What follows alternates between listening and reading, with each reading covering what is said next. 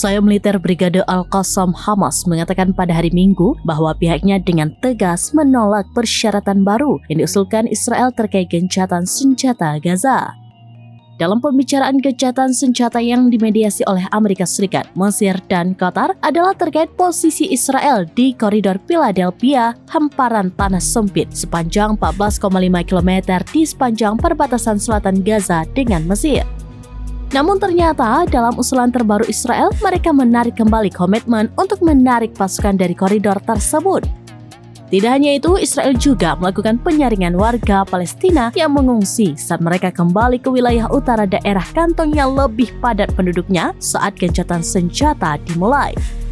Menurut pejabat senior Hamas, tawaran tersebut tidak sesuai persyaratan. Sehingga Hamas menegaskan pihaknya tetap memilih proposal gencatan senjata yang diumumkan oleh Presiden Amerika Serikat Joe Biden pada 2 Juli. Ia juga menekankan perjanjian apapun harus mencakup gencatan senjata permanen dan penarikan penuh Israel dari jalur Gaza.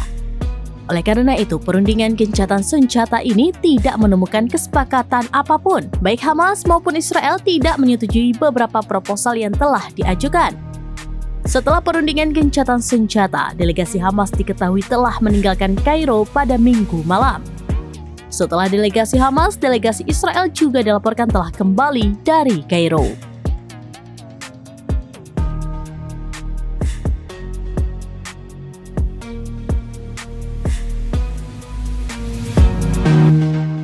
Download Tribun X sekarang, menghadirkan lokal menjadi Indonesia.